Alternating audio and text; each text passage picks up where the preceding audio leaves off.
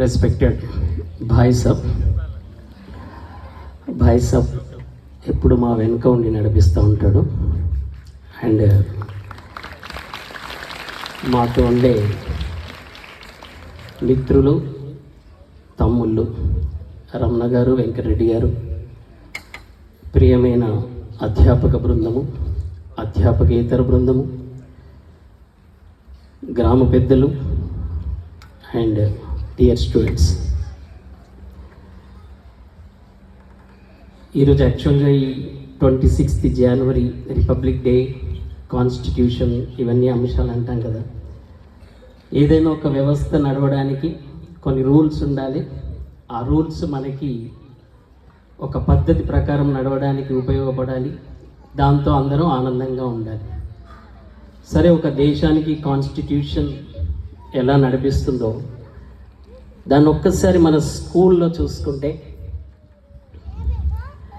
నిజంగా మన దేశంలో ఇంప్లిమెంట్ అయిన దానికన్నా బాగా ఇంప్లిమెంట్ అవుతుందేమో అని అనిపించే 2-3 సంఘటనలు నేను చెప్తాను. మొట్టమొదలైతే ఈ చీరలు కట్టుకొచ్చి ముద్దుగా తయారై ఈ పంచులు, లాల్చీ పైజాములు వేసుకున్న అబ్బాయిలందరినీ చూస్తే రాబోయే భవిష్యత్తును వాళ్ళు మన కళ్ళ ముందర పెట్టినట్టే అనిపిస్తుంది. ఎంత చిన్నారి పిల్లలు చక్కగా చీరలు కట్టుకున్నారు, ఎంత టైం పట్టిందో ఏమో. వండర్ఫుల్. వాళ్ళని చూస్తే కడుపు నిండిపోతుంది. మార్నింగ్ ఈ March 1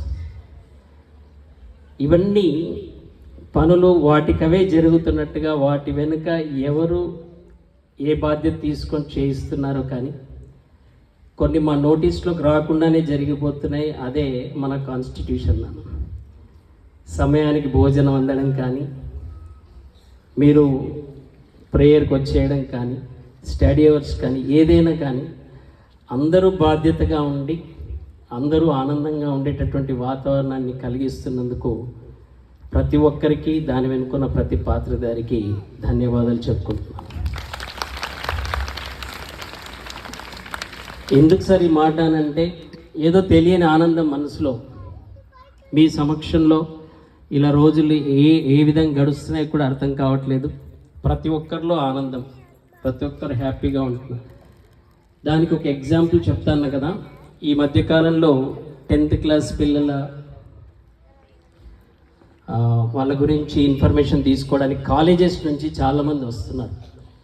వచ్చిన వాళ్ళు రాగానే ఫస్ట్ మా రూమ్కి వచ్చిన తర్వాత అనే మొట్టమొదటి మాట, సార్ ఇక్కడ పిల్లల్ని చూస్తే ఎవరిలో కూడా కంగారు లేదు సార్, ఎవరిలో కూడా ప్రెషర్ లేదు సార్, చాలా ఆనందంగా ఉంటున్నారు, ఇక్కడ రాగానే అది కనబడతా ఉంది అని అంటున్నారు. సో అది మన విలువ మనకి తెలియదానా, మీరందరూ సంతోషంగా ఉండాలన్నదే మా ప్రయత్నం. ఇంకా చాలా అంశాలు మీ కొరకు చేస్తున్న అంశాలు కానీ, మనం సాధించిన విజయాలు కానీ నెక్స్ట్ ప్రోగ్రాంలో మనం మాట్లాడుకుందాము. ఇప్పుడు ఈ చిన్న పిల్లల ప్రోగ్రాంలో కాకుండా దీని వెనుక కృషి చేస్తున్న ప్రతి ఒక్కరికి ధన్యవాదాలు తెలియజేసుకోవడానికే నేను ఈ అవకాశాన్ని వినియోగించుకున్నాను. మీరందరూ హ్యాపీగా ఉండండి, ఇలాంటి సంతోషాలని మాకు పంచండి. మీ సంతోషంలోనే మేము సంతోషాన్ని చూసుకొని మా వయసును కూడా కొద్దిగా తగ్గించుకుంటూ వస్తాం. ఎందుకంటే మీ ఆనందమే మాకు చాలా ఆనందం. Thank you.